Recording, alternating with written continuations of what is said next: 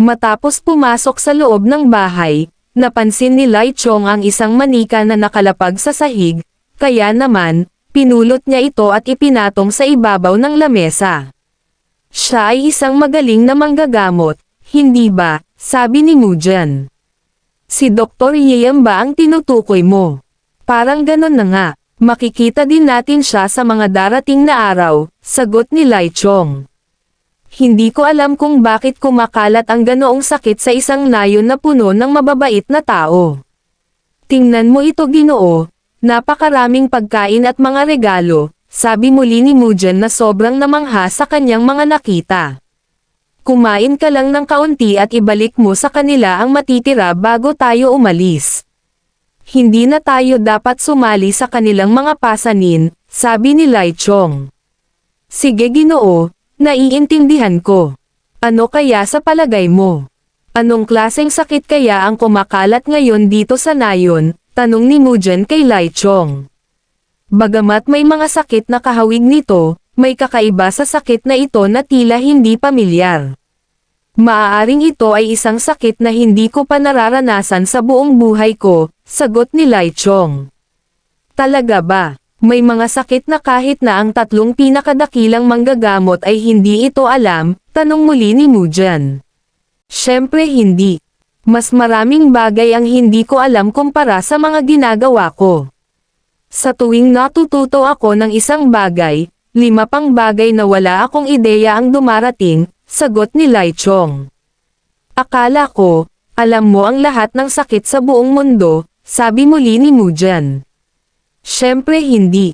Kung alam ko ang bawat sakit, hindi na sana ako maglalakbay sa mga lupain, sagot ni Lai Chong. Ano po ang ibig mong sabihin Ginoo? Mayroon bang partikular na sakit ang nais mong pagalingin? Tanong muli ni Mujan. Sakit na gusto kong pagalingin. Mayroong isang sakit, pero, alam ko na ngayon kung paano ito pagalingin, ngunit, huli na ang lahat, sagot ni Lai Chong. Huli na ang lahat. Ano pong ibig mong sabihin na huli na? Hindi kita maintindihan Ginoo. Tanong muli ni Mujan. Bago pa man sumagot si Lai Chong, napatingin si Mujan sa may bintana dahil mayroon siyang narinig na umiiyak na nagmumula sa labas. At nang dahil dito, biglang nakaramdam si Mujan ng bigat sa kanyang dibdib. Nang mapagtanto niyang walang saysay ang gamot kung wala silang kaalaman sa sakit. Kung malalaman lamang daw sana nila kaagad kung anong uri ng sakit ang kumakalat sa nayon, makakagawa sana sila ng paraan para magamot ito. Ang aking asawa at ang aking anak na babae ay namatay dahil sa isang sakit. Ang aking asawa at ang aking anak ay nagkaroon ng matinding lagnat. May mga pulang batik ang lumitaw sa kanilang buong katawan. Tumawag ako ng manggagamot. Kahit na ang pinakamagaling na manggagamot sa buong nayon ay tinawag ko na din para magamot sila. Pero, wala kahit isa sa kanila ang nakakaalam kung ano ang gamot sa kanilang sakit. Habang humahanap ako ng iba pang manggagamot na makakatulong sa kanila, ang aking asawa at anak ay namatay. Nangyari iyon, 3 araw matapos silang magkasakit, sagot ni Lai Chong. Kung ganoon, nakikiramay ako. Ipagdadasal ko na maging mapayapa sila sa kabilang buhay, sabi ni Mujan. Ipagdadasal. Hindi. Hindi naman ganoon kalungkot ang nangyari. Sa palagay ko, maaari kang matawa kapag narinig mo ang mga nangyayari pagkatapos ng pangyayaring iyon. Ako ay medyo nahirapan matapos nilang mawala. Iniwan ko ang aking tahanan na para bang may nagtutulak sa akin na gawin iyon. Pagkatapos ng 10 araw, nakarating ako sa isang maliit na nayon. Inabot ako ng ganoong katagal dahil naglakbay ako na para bang isang pulubi na dapat sana ay mararating ko ang nayong iyon sa loob lamang ng 1 araw. Ang nayon na iyon ay mayroong sariling manggagamot. Malinaw pa din sa aking kaisipan ang itsura ng manggagamot na iyon. Ang manggagamot ay parang daga, na para bang isang taong hindi mo mapagkakatiwalaan. Hindi ko alam kung bakit, pero nagawa kong sabihin sa kanya ang mga sintomas na naranasan ng aking asawa at ng aking anak. At alam mo ba kung ano ang sinabi niya sa akin? Sinabi niyang bigyan ko siya ng 5 barya. Sinabi pa niya na kung nainom lamang sana ng aking asawa at anak ang mga gamot, hindi na sana nagkaroon ng problema. Nagamot sana sila kaagad. Nang mga sandaling iyon, tanging 1 dosenang mga pilak lamang ang laman ng aking bulsa at hindi mga barya. Sa ganoong kalaking pera, nabayaran ko na ang kasal ng aking anak ng ilang beses. Ang dahilan kung bakit namatay ang aking asawa at anak ay hindi dahil kulang ako sa pera. Namatay siguro sila dahil hindi magaling ang manggagamot na aking nakuha o kaya naman ay dahil sa mga gamot na naibigay sa kanila. Hindi. Ito ay dahil hindi alam ng ibang mga manggagamot kung ano ang alam ng manggagamot na nakausap ko. Nakarinig ka na ba ng ganitong nakakatawang kwento? Iyon ang dahilan kung bakit ako ay naging isang manggagamot. Ito ay upang tipunin ang lahat ng kaalamang medikal sa buong mundo sa isang lugar.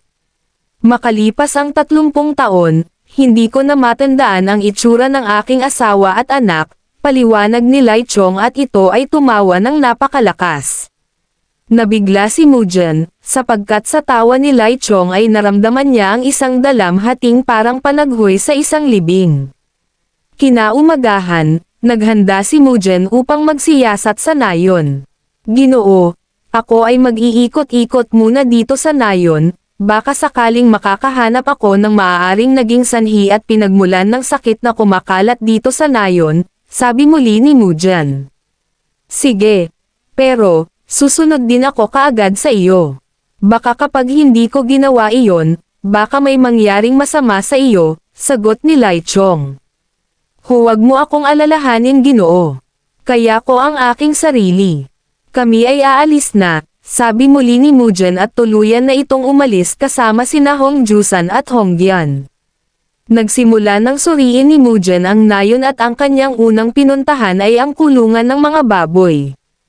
Ang sunod naman niyang sinuri ay ang balon kung saan dito kumukuha ang mga taga-nayon ng tubig na kanilang ginagamit sa araw-araw. Ang sumunod naman ay ang bodega at bawat sulok nito ay masusing tiningnan ni Mujan pati na din ang sahig nito. Nagtungo din si Mujan sa bahay na kung saan dito tumira ang taong kauna-unahang tinamaan ng hindi pa nakikilalang sakit. Ang mainit na mga sakit. Ang malamig na sakit. Kinakailangang palamigan ang katawan. Sa kaibahan, ang mga maiinit na sakit ay nagpapainit sa katawan. Kahit na maaaring sila ay magpakita ng iba't ibang sintomas, pareho silang sanhi ng deadly chi na nalilikha sa isang madilim, malamig, at mabahong lugar. Sa kabila nito, wala siyang maramdamang ganoong enerhiya sa mga kulungan ng baboy, sa mga balon, sa bodega, pati na din sa bahay ng taong unang nagkaroon ng sakit. Ayon kay Mujan, ang mga sakit ay karaniwang kumakalat palabas mula sa simula. Para lamang malinaw, unang nagkasakit ang lalaking iyon at pagkatapos, ang mga kapitbahay niya ang sunod na nagkasakit. Tama ba? Tanong ni Mujan kina Hong Jusan at Hong Gian. Ganoon na nga ang nangyari. Ang mga tao sa kanlurang bahagi ng nayon ang unang nagkasakit. Ang mga nasa kanluran ay mas mabilis na nagkasakit kaysa sa mga nasa silangan, at ang mga bata ay mas madaling kapitan ng sakit, sagot ni Hong Jusan. Mayroon bang pagkakaiba sa pagitan ng kanluran at silangang bahagi ng nayon? Siguradong may dahilan kung bakit dito ito nagsimula, tanong muli ni Mujan. Narinig ko na ang silangan ay may mas maraming yang, habang ang kanluran ay mas umaasa sa yin, sagot ni Hong Jusan. Sa aking palagay ay hindi iyon ang dahilan. Galing kami sa kanluran, pero wala naman kaming nakitang salot sa daan. Maayos ang lahat ng nakita namin. At saka isa pa, bakit mas mabilis magkasakit ang mga bata? Ang ginagawa lamang naman ng mga bata ay ang pakikipaglaro sa isa't isa, sabi muli ni Mujan. Kung ganoon, ang mga bata ay madalas na naglalaro sa batis patungo sa kanluran, sagot ni Hong Jusan. Bigla namang naisip ni Mujan na ang maaaring naging dahilan ay ang tubig. Pero ayon sa kanya, mayroong isang balon sa silangan, ngunit, ang tubig naman doon ay mainam at napakalinis. Ginoo, Ang balon ba sa silangan ay laging tuyo? Tanong muli ni Mujan. Hindi naman, nangyayari lamang iyon sa ilang sandali sa panahon ng tagtuyot, sagot ni Hongyan.